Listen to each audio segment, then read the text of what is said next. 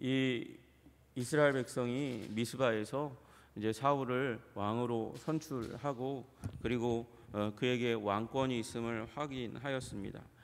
그리고 이제 각자 자기의 처소로 돌아갑니다. 돌아갈 때에 사울은 유력한 자들과 함께 하나님께 감동된 유력한 자들과 함께 그렇게 집으로 돌아갔고 그 가운데서 불량배들도 있다 그렇게 말씀을 드렸습니다. 하나님께서 그렇게 말씀하셨습니다. 왕으로 그렇게 이제 기름 부음 받은 자로서 인정을 사람들 앞에 백성들 앞에 하였음에도 불구하고 그럼에도 불구하고 그 왕권을 인정하지 않는 자들이 있었다는 것이죠. 그런 가운데 이제 암몬 사람들이 침공해 왔습니다. 사실은 이스라엘 백성들이 첩보를 하고 스파이를 보내고 확인한 결과 암몬이 이제 이 이스라엘 땅을 침공해 올 것이라는 정보가 있었고 그 정보에 의해서 안달이 나가지고 그래서 왕을 세워야 됩니다. 그리고 사무엘이 나이 많은 까닭도 있었지만 그 첩보에 의해서 이제 왕을 세워달라고 요청했던 것이죠. 그것이 사무엘상 12장 12절에 나와 있습니다. 너희가 암몬 자손의 왕 나하스가 너희를 치러옴을 보고 너희의 하나님 여호와께서는 너희의 왕이 되심에도 불구하고 너희가 내게 이르기를 아니라 우리를 다스릴 왕이 있어야 하겠다 하였도다. 그렇게 말씀하고 있어요. 암몬 사람 나하스가 너희를 치러 오는 것을 징조를 알고 왕을 달라고 이스라엘 백성들이 그렇게 외쳤다는 것이죠.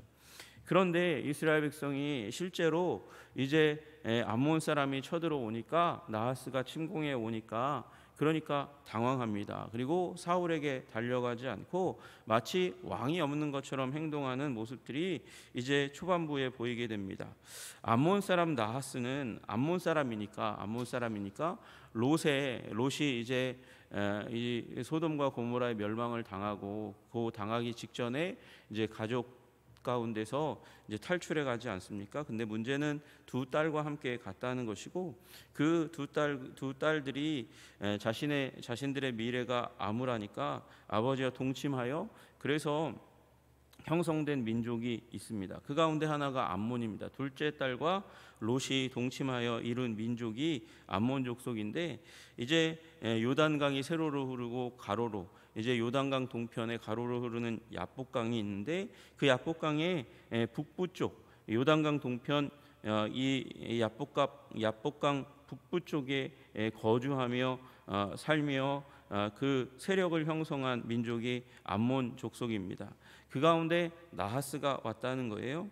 나하스는 뱀, 독사라는 의미를 가지고 있습니다.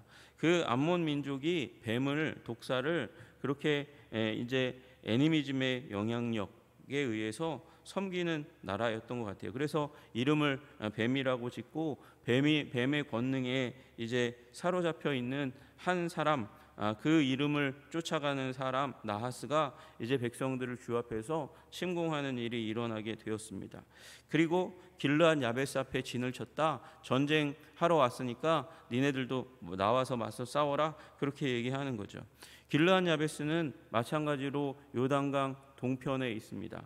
그 갓지파의 요단강에 인근한 요단강 한 중간쯤에 그 중간쯤에서 이제 동쪽으로 조금 더 가는 곳에 있는 성이 바로 이제 길르앗 야베스입니다. 그곳에 진을 쳤어요. 전쟁하려고 하는 것이죠. 그러니까 길르앗 야베스 사람들이 보니까 도저히 싸움에서 이길 자신이 없습니다. 그들은 대군이고 자신들은 이제 작습니다.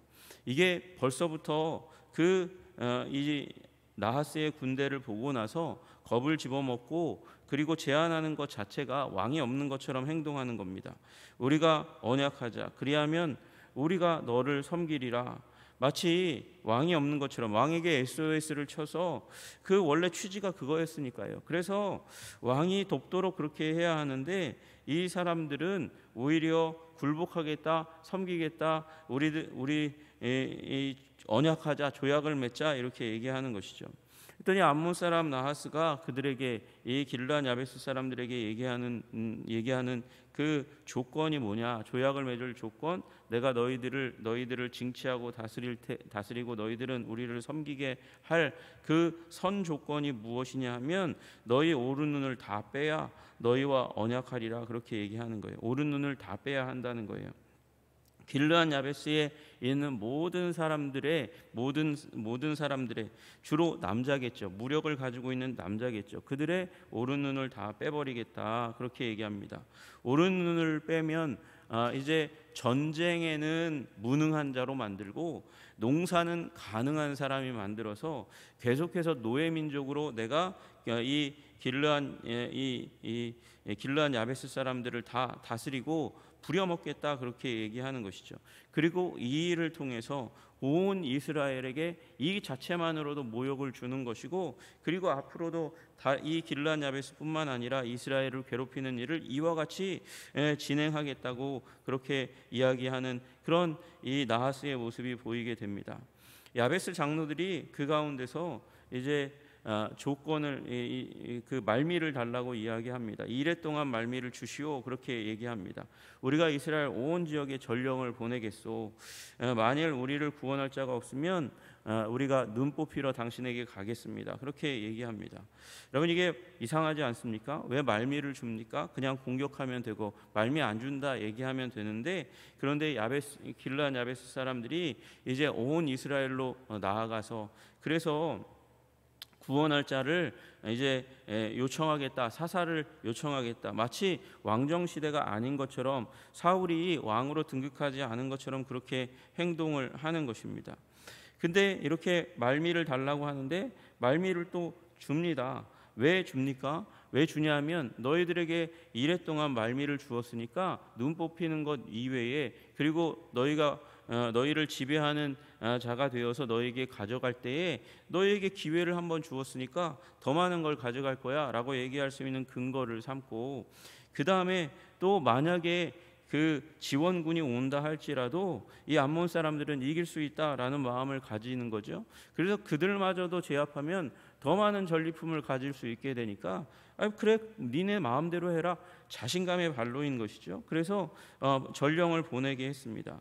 전령들이 이스라엘의 온갖 군대로 다 가면서 이 수치를 벗어날 수 있도록 도울 사람들에게 요청을 구했는데, 그 중에 하나가 사울이 사는 기브아에 이르렀습니다.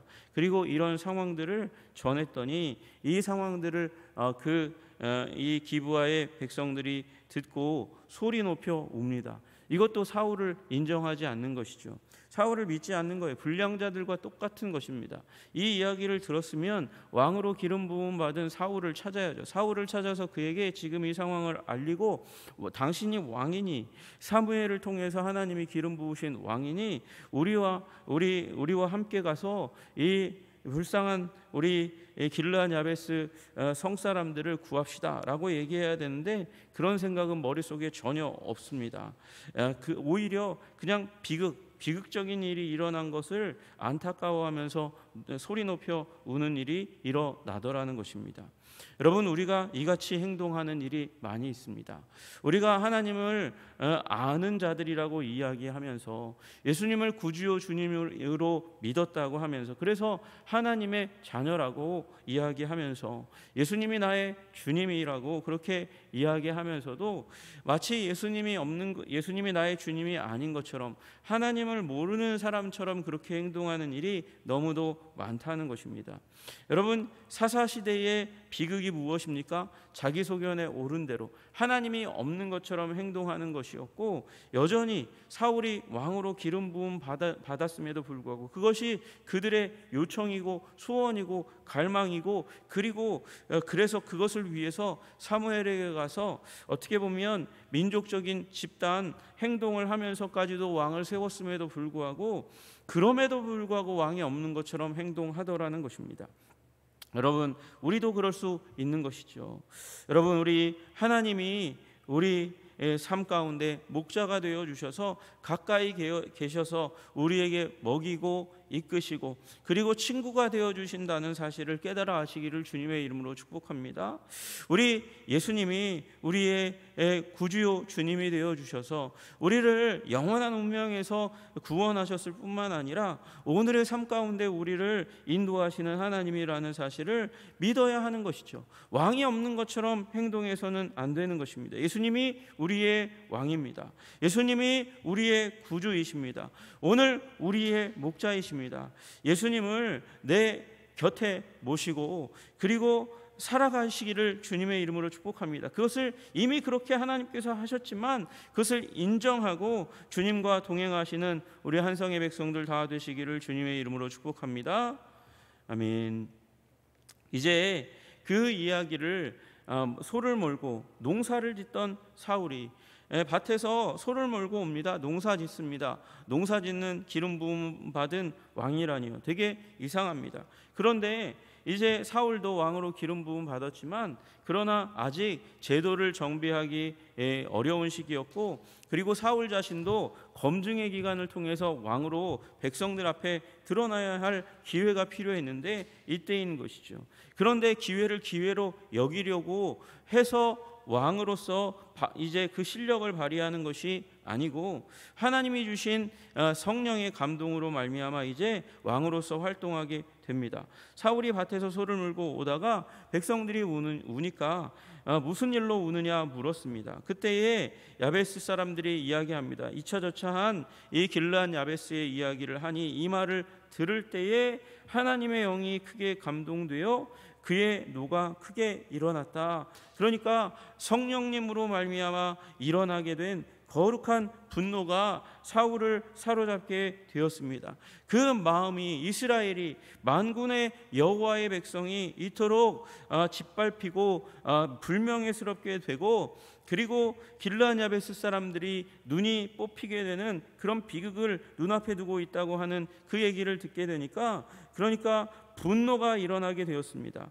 거룩한 분노입니다. 하나님의 명예에 대한 분노고 하나님의 백성을 향한 이 긍휼의 마음이 함께 겸하여 일어나게 된 그런 분노가 일어나게 되니까 이제 내가 농사를 지어야 되겠는가? 이건 바른 행동이죠.